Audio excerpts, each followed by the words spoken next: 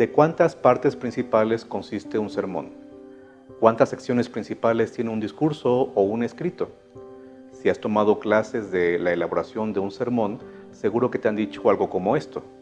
Un sermón debe tener por lo menos 3 secciones principales: introducción, desarrollo y conclusión. ¿Y eso qué tiene que ver con el libro de Daniel? Bueno, primero déjame darte la bienvenida a esta que es la lección número 9. Vamos a estudiar el capítulo número 8 de Daniel, un capítulo importantísimo de este libro, tal vez uno de los capítulos más importantes de toda la Biblia y más en el contexto de nosotros, los adventistas, la forma en la que entendemos la importancia de ese capítulo. Por eso es que quiero decirte que el capítulo 8 no está aislado, realmente es parte de una misma historia que se cuenta en 3 partes, y esas 3 partes las conocemos como el capítulo 7, el 8 y el 9. El 9, aunque ahorita parezca un poco raro, sería la introducción de esa historia. El 8, que estudiaremos en esta lección, nos habla del desarrollo de esa historia, y el 7 sería la conclusión de esa magnífica historia. Hoy nos concentraremos, por supuesto, en el capítulo 8, como ya lo mencionamos. Vamos a hacer el ejercicio de esta ocasión un poco diferente. En esta ocasión serán básicamente algunas preguntas que intentaremos contestar con el mismo material que nos presenta el capítulo 8. ¿Estás listo? La primera pregunta sería la siguiente. Si el capítulo 7 de Daniel, que estudiamos la semana pasada, nos habla de que Cristo compartirá el reino, su reino, con los santos del Altísimo, con su pueblo, ¿qué va a hacer antes o qué es necesario que haga antes de compartir ese reino con su pueblo fiel? Repito la pregunta, ¿qué es necesario que Cristo Jesús haga antes de compartir su reino con su pueblo fiel? El capítulo 8 lo contesta. El capítulo 8 nos dice que antes de que recibamos el reino de Cristo, tenemos que ser limpiados, tenemos que ser purificados. Sí, por eso el capítulo 8 habla también de la purificación del santuario. Y aunque no podemos entrar en todos los detalles e implicaciones de este concepto, repito que la pregunta clave aquí sería, ¿qué es lo que sucede antes de que recibamos el reino? Pues tenemos que ser limpiados. Es que si tú te fijas, el capítulo 7 y el capítulo 8 nos hablan de los mismos eventos históricos. Hablo aquí de la historia antigua y cómo esta historia se fue desarrollando a través de las profecías de esos capítulos. Si tú recuerdas, el capítulo 7 empieza hablando de Babilonia, después de Persia, después de Grecia y de Roma. Bueno, en el capítulo 8, siendo que Babilonia está por caer, empieza la historia con el imperio persa, el carnero del que se habla allí, después el imperio griego, con el macho cabrío que aparece allí, y también entonces se va a hablar de Roma, pero especialmente del cuerno pequeño, que también se habla o se menciona en el capítulo 7. Ahora bien, si ponemos una columna del capítulo 7 y al lado de esa columna el contenido del capítulo 8, nos daremos cuenta que hay equivalencia no solamente en los reinos o incluso en el cuerno pequeño, sino también en lo que viene después del ataque del cuerno pequeño. Daniel 7:25 dice que el cuerno pequeño atacaría la ley de Dios y al pueblo de Dios. Pero entonces se abre un juicio. ¿Recuerdas? En Daniel capítulo 7, después de ese ataque, se inicia un juicio. El juez se sentó y los libros fueron abiertos. En el caso del capítulo 8, la parte equivalente a ese juicio se llama la purificación del santuario. Déjale en claro a tu clase eso, recuérdenlo, confírmenlo. El juicio de Daniel 7 equivale a la purificación del santuario en el capítulo 8. Así los ordenó Daniel en su forma de construir lo que llamamos capítulo 7 y capítulo 8. Por eso, si el capítulo 7 nos habla de que después del juicio se dará el reino a los santos del Altísimo, es importante entender que eso también equivale a decir que para llegar a ese momento de recibir el reino, tenemos que ser purificados. Pero ahí no acaba la historia del capítulo 8. El capítulo 8 nos menciona que hay 2 ataques, por lo menos 2 formas en las que el cuerno pequeño ataca, ya sea en el capítulo 7, pero también en el capítulo 8.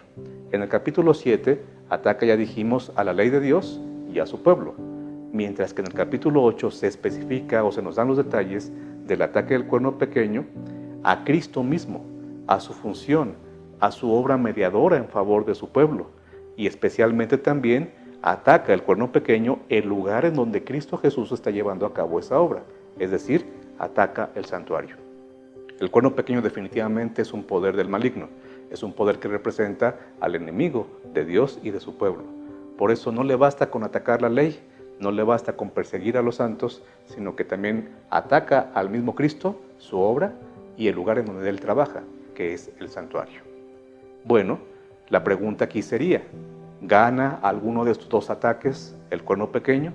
¿En alguno de estos intentos el cuerno pequeño sale vencedor? Tú tienes la respuesta ya también, pero es bueno confirmarla con la clase, elaborar sobre esto un poco más para estar seguros de lo que implica la victoria de Cristo en ambos casos. El cuerno pequeño en el capítulo 7 no puede derrotar al Hijo del Hombre, por más poderoso que sea él o la cuarta bestia o el león o el oso, no pudieron contra el Hijo del Hombre. Cuanto más en el caso del capítulo 8, tampoco van a poder, no van a poder ni ellos ni específicamente el cuerno pequeño en contra del príncipe del ejército, en contra de Cristo el Mesías, en contra de Cristo nuestro sumo sacerdote. No puede derrotarlo. Cristo Jesús es el que gana en ambos casos. Esto nos lleva entonces a otra pregunta. ¿Cuál es la importancia entonces de saber todo esto en el contexto del capítulo 8? ¿Cuál es la relevancia de este capítulo para nuestra vida? Bueno, es que el capítulo 8 nos habla de que si bien hay un juicio en donde se están revisando los registros, los libros que se hablan en el capítulo 7, en el capítulo 8 aparece Cristo diciendo, sí, mi pueblo puede estar sucio, puede ser un pueblo que ha cometido pecado, pero yo estoy aquí para mediar en favor de él y entonces purificarlo, limpiarlo. El capítulo 8 es medular desde esta perspectiva, también desde otras, pero concentrémonos en esta. Es medular porque en este capítulo se nos aclara que hay un juicio, sí, pero también en ese juicio el pueblo de Dios será purificado. Y esto a la ley, a la luz de la ley de Dios. Sí, por eso hay un juicio, por eso es que se abren los libros, porque se decreta ahí si hemos actuado mal o hemos actuado bien. Pero no nos salvamos por haber actuado mal o por haber actuado bien. Nos salvamos por la mediación perfecta de Cristo Jesús. ¿Qué se va a hacer entonces antes de que se comparte el reino con los santos? Tenemos que ser purificados, tenemos que ser limpiados. Por eso el enemigo ataca a Cristo Jesús para que esto no lo pueda llevar a cabo, para que no lo termine de hacer en nuestra vida. Y de paso, Dios siempre ha actuado de una forma similar a la que estamos mencionando. El capítulo 8 nos dice, en esencia, que Dios está cumpliendo lo que 1 de Juan 1:9 también nos explica.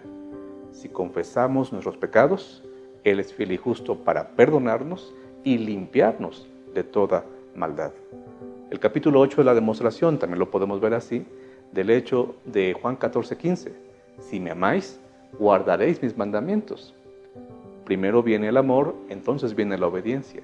Pero esa obediencia tiene que ver entonces también con el confesar los pecados y ser limpios, purificados. Una misma obra, pero en dos momentos, en dos pasos. Si tú recuerdas, cuando una persona llevaba un cordero ante el sacerdote, ante Dios en el santuario, después de que ese cordero era sacrificado, entonces el pecador era perdonado, pero no necesariamente era limpiado. ¿Por qué? Porque venía todo el recorrido de lo que llamamos un año, y hasta que se llegaba el día de la expiación, el pueblo entonces era purificado, al igual que el santuario. Eso lo explica detalladamente el libro de Levítico en el capítulo 16. Por lo tanto, insisto, Dios siempre ha actuado de la misma forma. Dios quiere llevarnos a su reino. Cristo quiere compartir ese reino con nosotros, pero no podrá hacerlo a menos que estemos en condiciones de llegar a ese reino, y a eso la Biblia le llama ser purificados, ser limpiados.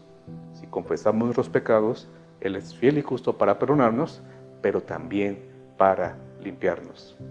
El capítulo 8 nos dice que Cristo está deseoso de compartir ya el reino con nosotros, pero antes tiene que cumplir otra función, otra misión en nuestra vida. Y eso el enemigo no quiere que se lleve a cabo. Pero el que toma la última decisión, o el que tomará la decisión definitiva, eres tú y soy yo. La purificación del santuario y de nuestra vida tiene que ver con decisiones, tiene que ver con demostrar que a pesar de los ataques del cuerno pequeño, Cristo no será derrotado, pero tampoco será derrotado en nuestra propia vida. En nuestra propia vida también tiene que vencer. El cuerno pequeño no podrá salir victorioso, por más que lo intente. Pero tú y yo tenemos que darle a Cristo Jesús también la victoria en nuestra propia vida. Yo anhelo pronto llegar al reino de Cristo Jesús, pero entiendo que primero debo ser purificado. Pregúntale a tu clase si desea lo mismo, y yo creo que tú también lo deseas. Si ese es el caso, oremos entonces para que el Señor siga actuando en nuestra vida. Y por supuesto, te espero aquí también la próxima semana.